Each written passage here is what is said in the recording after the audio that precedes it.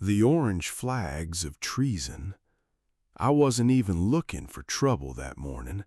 I was looking for my favorite pair of pliers and wondering if the Texas heat was gonna break before the hay needed a second cutting. My name is Russell. I'm 63 years old, and I've spent every one of those years on this stretch of Bell County dirt. My grandfather bought this land when it was nothing but mesquite and rattlesnakes, and my father taught me how to drive a tractor in the same hayfield that was currently being occupied by 3 strangers with clipboards. We're in the hill country, where the limestone hills meet the flat pasture. For 30 years, it was just me and the quiet. Then a decade ago, the Sweetwater Ridge subdivision crept up to my northern fence line. Suddenly, I wasn't just a farmer. I was a neighboring stakeholder to 200 McMansions with white shutters and HOAs that have rules about the color of your garden hose. I was standing on my back porch, nursing a mug of black coffee that was strong enough to peel paint, when I saw the white Ford F-150s. They weren't parked on the road. They were parked deep in my north pasture, the 100-acre plot I call the Legacy Field. I didn't run out there screaming. Out here, you move slow when the sun is already hitting 90 degrees at 8 a.m. I just walked down the porch steps, my boots crunching on the dry grass, and felt that familiar heavy vibration in my chest that tells me a city problem has arrived at my doorstep. As I got closer, I saw 'em, 3 guys in neon vests hammering orange-topped stakes into my soil. They had GPS surveying equipment that cost more than my first 3 tractors combined. "Morning," I said, leaning against my fence post. "You boys lost, or did the county change the map while I was asleep?" The lead surveyor, a young kid who looked like he'd never seen a day of hard labor in his life, didn't even look up from his tablet.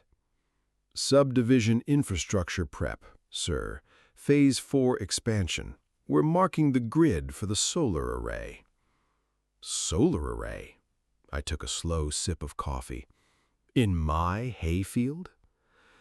The kid finally looked at me, giving me that smug, clinical smile that people from the city save for quaint country folks. "This is Sweetwater Ridge Shared Community Acreage, sir. The HOA board signed off on the lease last month. $8 million green energy initiative. It's all over the newsletter."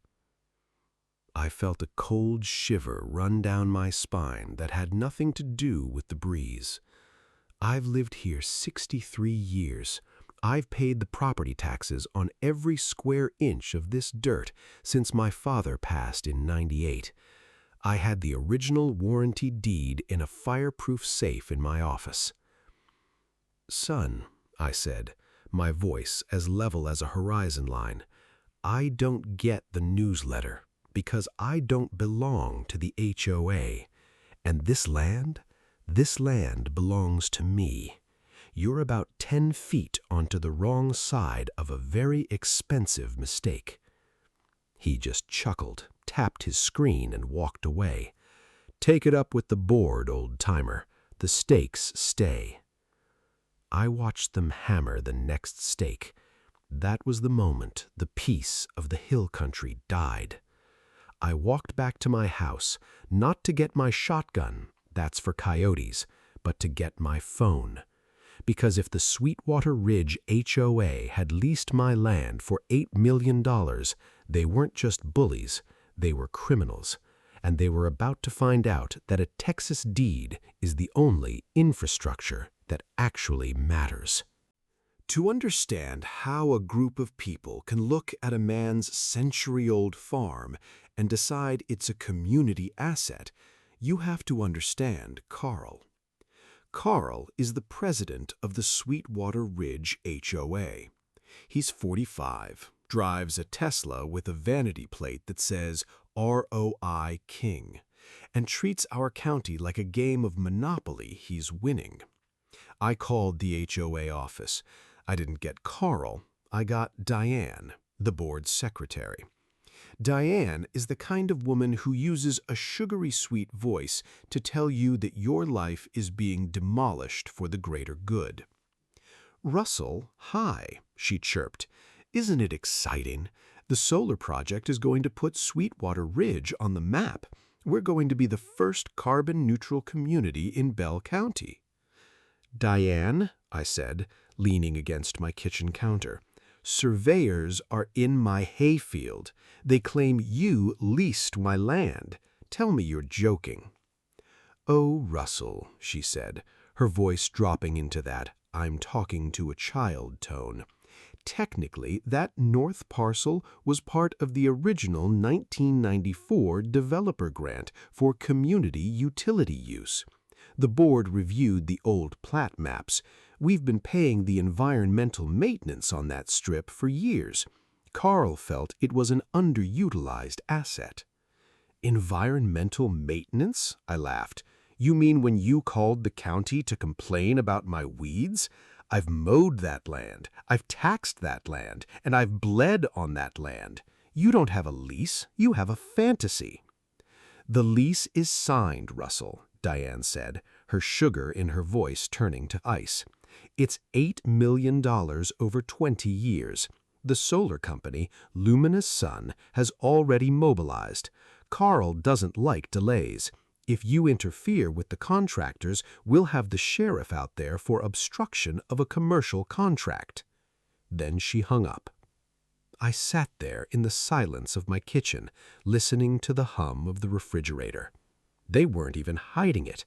They were so confident in their grind set that they thought they could just rewrite 50 years of history because they had a fancy lawyer and a green initiative. They figured I was just an old man with a fading memory. They figured I'd see the luminous sun trucks and just give up, thinking I'd lost the map.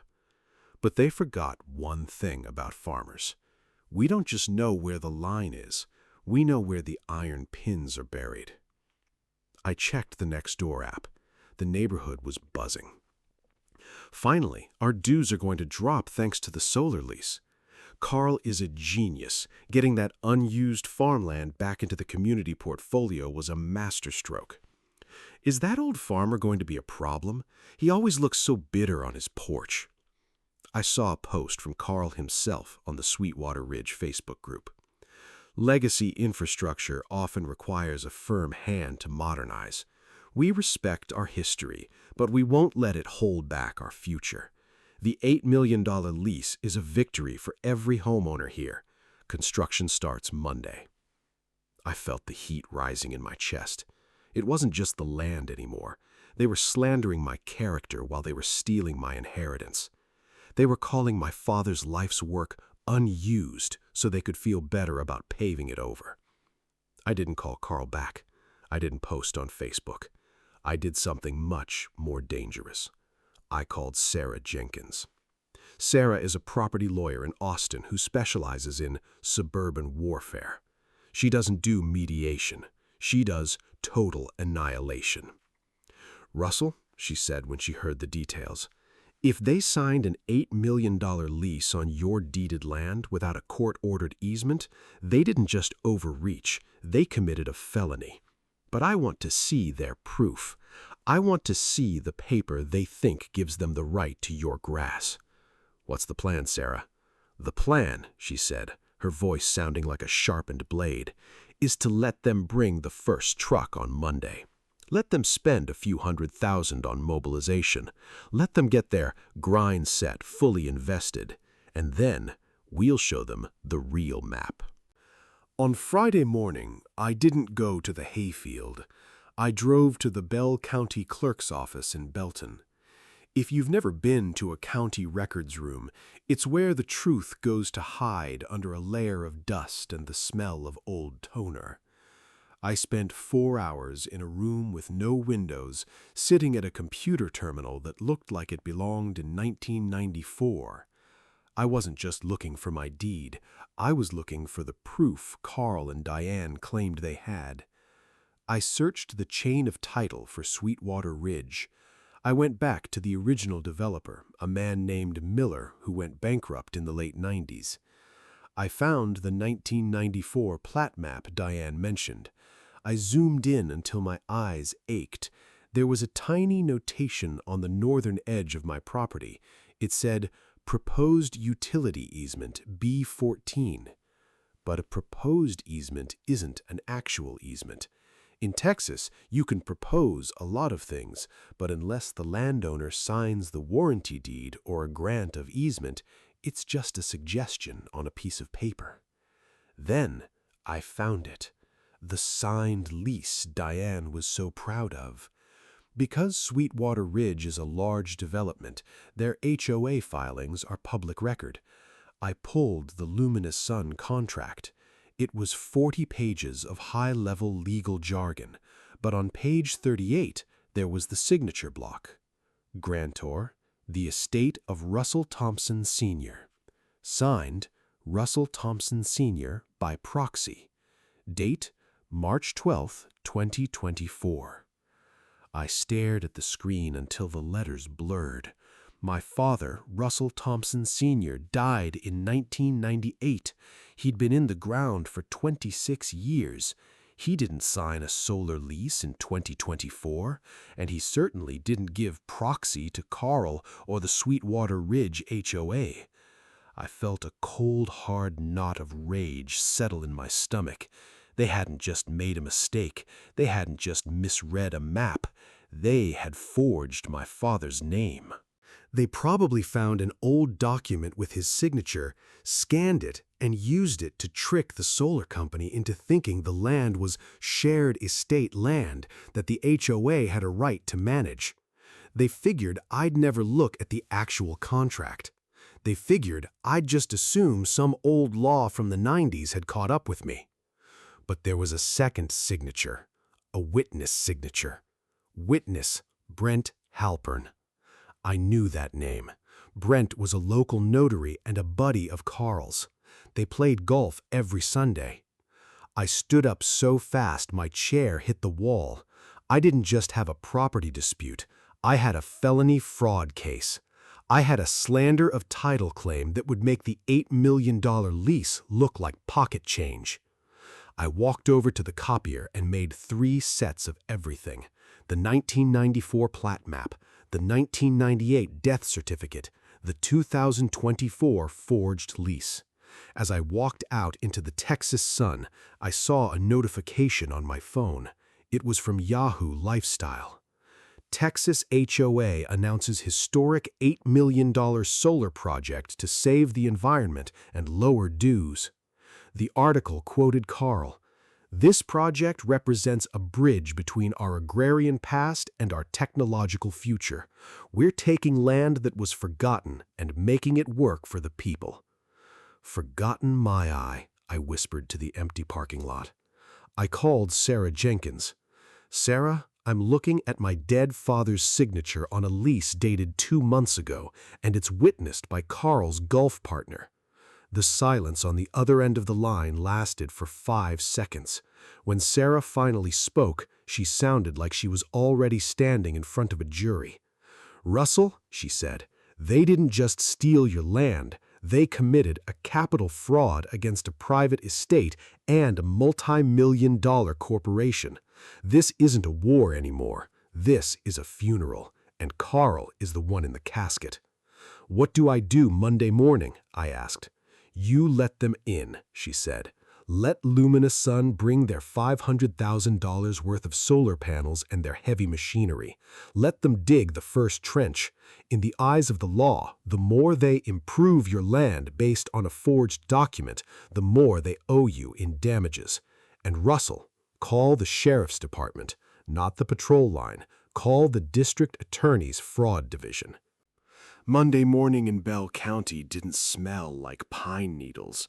It smelled like diesel exhaust and corporate arrogance. By 7 a.m., a convoy of Luminous Sun trucks was lined up at my gate. They had flatbeds carrying thousands of shimmering solar panels and a massive yellow excavator.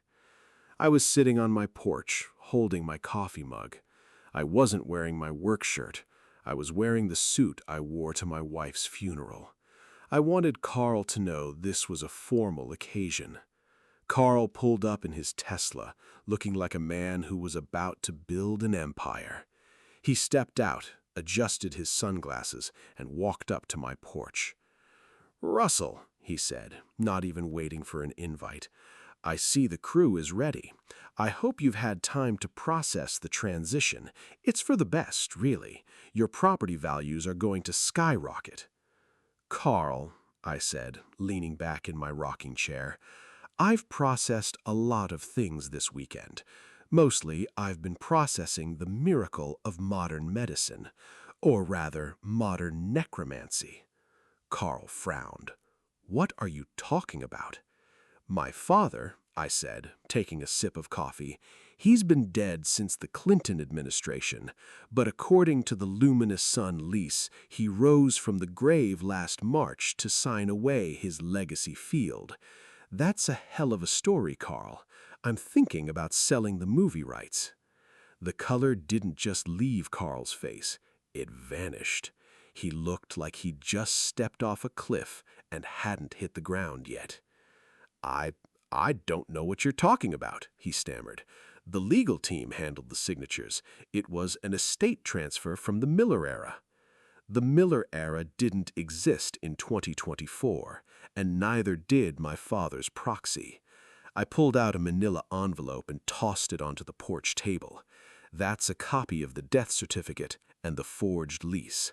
My lawyer already sent the originals to Luminous Sun's corporate office in Houston. I imagine their legal department is having a very interesting morning." Right on cue, the foreman of the solar crew, a big man named Rick, walked over, holding a ringing cell phone. He looked at Carl, then at me. "Mr. Carl?" Rick asked, his voice booming. "I just got a call from our VP. He told me to kill the engines and secure the equipment. He said there's a title irregularity that needs immediate police intervention.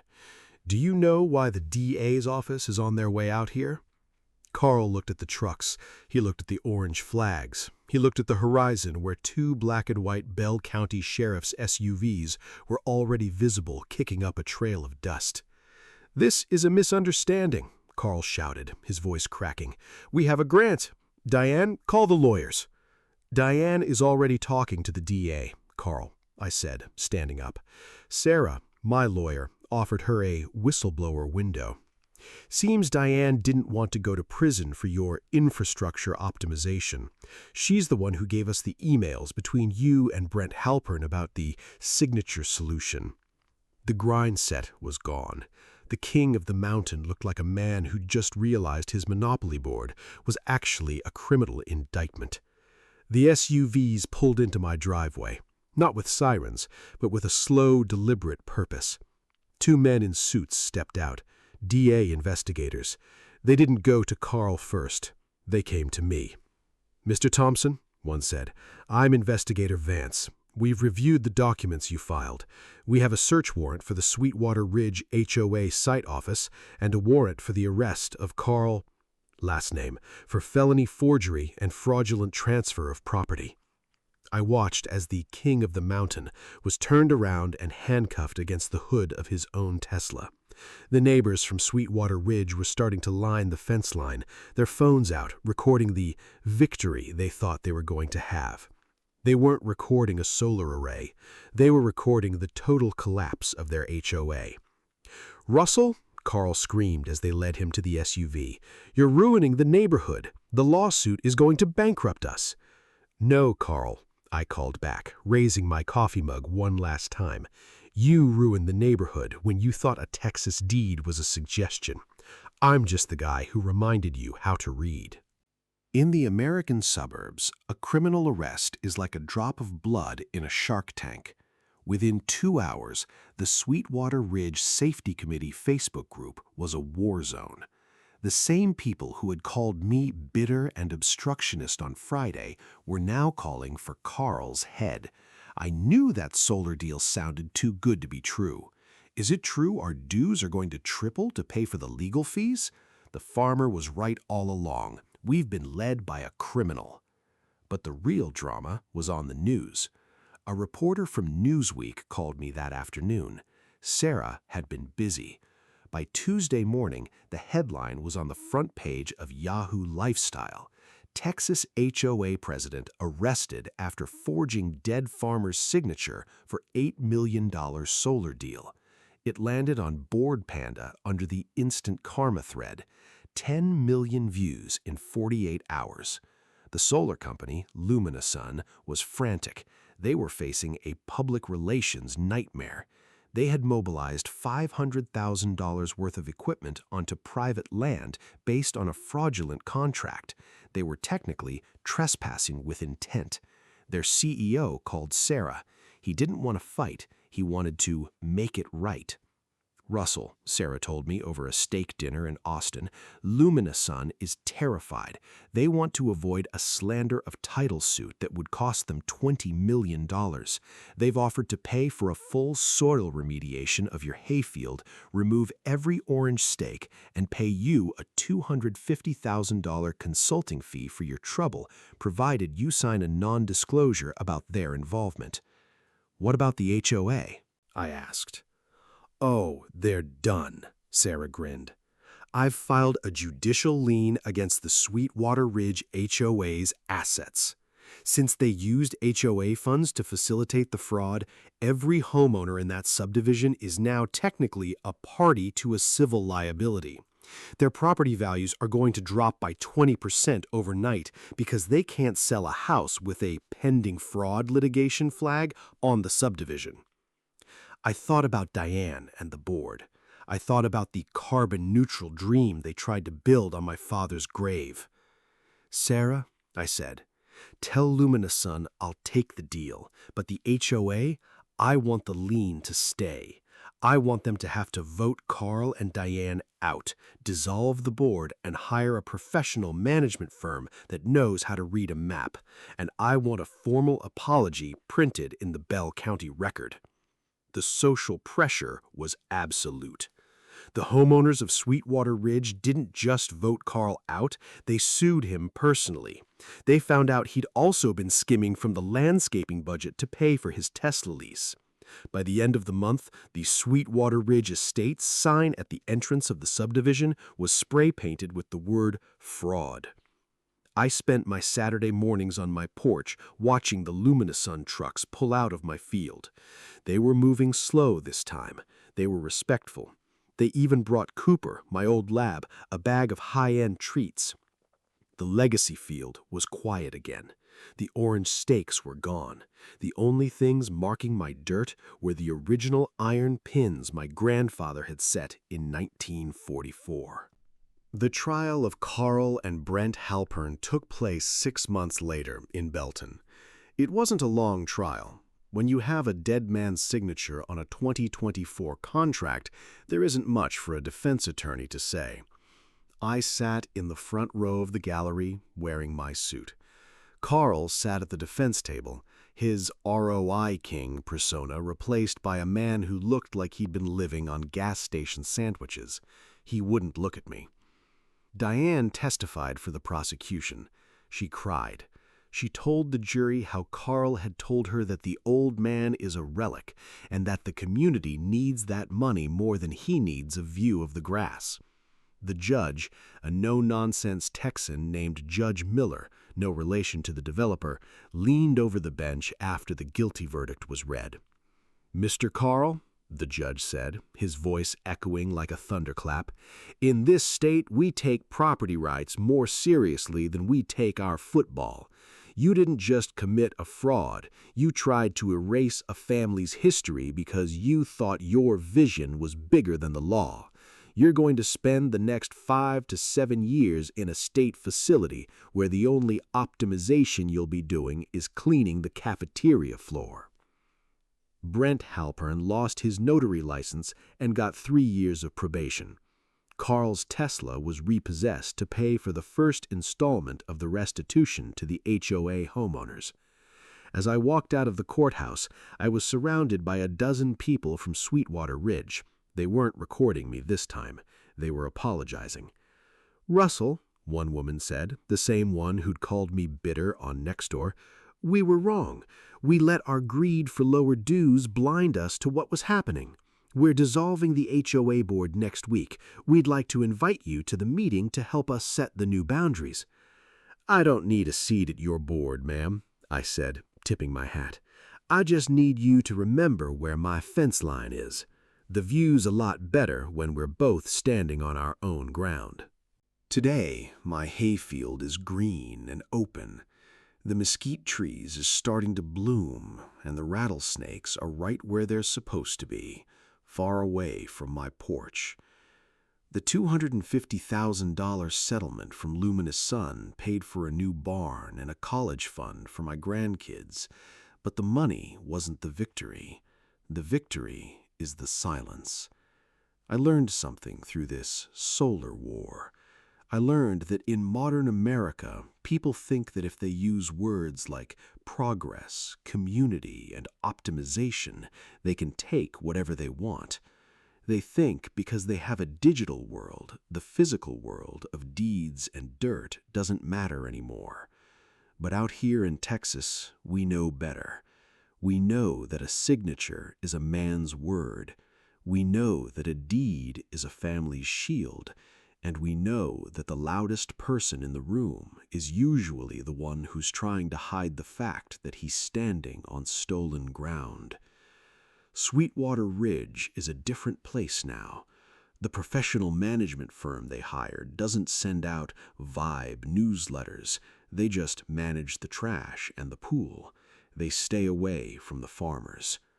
I still sit on my porch every morning with my black coffee. I look out at the legacy field and I think about my father. I think about the day he told me, Russell, the dirt doesn't lie, people do.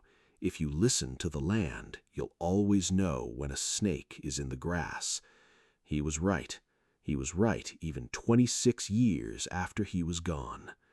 So I'm asking you, if a multi-million-dollar green dream was built on your family's foundation, would you have signed the check, or would you have gone to the courthouse and dug for the truth? Drop a comment below. I read every single one of them. And remember, before you buy into a vision, make sure you're standing on your own dirt. Because out here in Bell County, the view has never looked better. And for the first time in 63 years, the legacy field is finally quiet. The good kind of quiet.